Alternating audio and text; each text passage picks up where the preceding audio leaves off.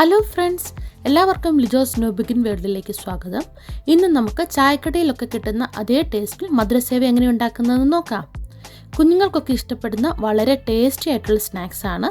അപ്പം നമുക്ക് വീഡിയോ കണ്ടു നോക്കിയാലോ.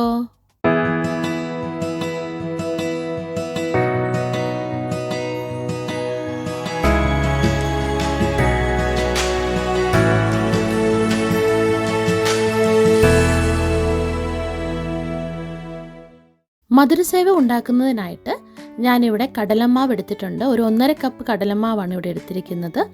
അതുപോലെ തന്നെ ഒരു 1/2 കപ്പ് അരിപ്പൊടിയും കൂടെ എടുത്തിട്ടുണ്ട്.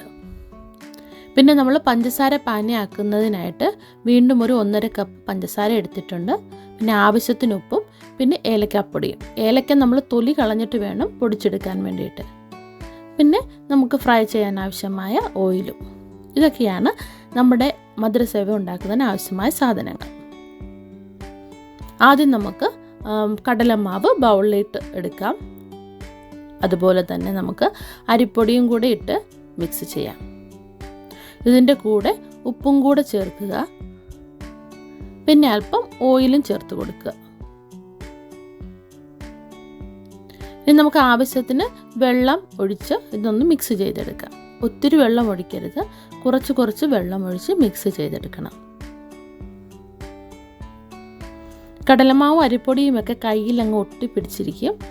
നമുക്ക് വേണമെങ്കിൽ അല്പം എണ്ണ കയ്യിൽ തൂത്തിട്ട് മാവിനെ കുഴച്ചെടുക്കാവുന്നതാണ്. വീണ്ടും ഈ പരുവാകുമ്പോൾ അല്പം കൂടി എണ്ണ കയ്യിലോട്ട് തേച്ച് കൊടുത്ത് നമുക്ക് ഒന്നുകൂടി മിക്സ് ചെയ്തെടുക്കാം. പെട്ടെന്ന് തന്നെ വളരെ സോഫ്റ്റായിട്ട് നമുക്ക് ഈ കടലമാവ് മിക്സ് റെഡിയാക്കിയെടുക്കാം. ഇനി നമുക്ക് സേവനാഴിയിലോട്ട് എണ്ണ നമുക്ക് നല്ലപോലെ തടവി കൊടുക്കാം. പിന്നെ നമ്മൾ റെഡിയാക്കി വെച്ചിരിക്കുന്ന മിക്സ് നമുക്ക് ഈ സേവനാഴിയിലോട്ട് ഇട്ട് കൊടുത്ത് നിറച്ചെടുക്കാം. ഞാനിവിടെ ഇടിയപ്പത്തിൻ്റെ അച്ചിനേക്കാളും ഒരു ഇച്ചിരിയും കൂടെ വലിപ്പം കൂടി ഒരു അച്ചാണ് യൂസ് ചെയ്യുന്നത്.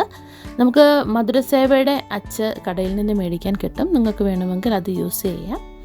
ഇല്ലെങ്കിൽ നമുക്ക് ഈ ഇടിയപ്പത്തിൻ്റെ പാത്രം കിട്ടുമ്പോൾ അതിൻ്റെ കൂടെ നമുക്ക് പല ടൈപ്പിലുള്ള അച്ച് കിട്ടും.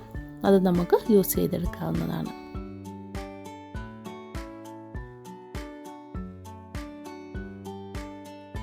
നമ്മൾ അടുപ്പത്ത് പാൻ വെച്ച് അതിലേക്ക് എണ്ണ ഒഴിച്ച് അത് ചൂടാക്കി എടുത്തിട്ടുണ്ട്. ഇനി നമുക്ക് ആ സേവനാഴിയിൽ നിന്ന് നമുക്ക് ആ മാവ് എണ്ണയിലേക്ക് ഇട്ട് കൊടുക്കാം. നമ്മൾ എണ്ണയിലേക്ക് ഇടുമ്പോൾ അതിങ്ങനെ മൂവ് ചെയ്യാനുള്ള സാധ്യത കൂടുതലാണ്.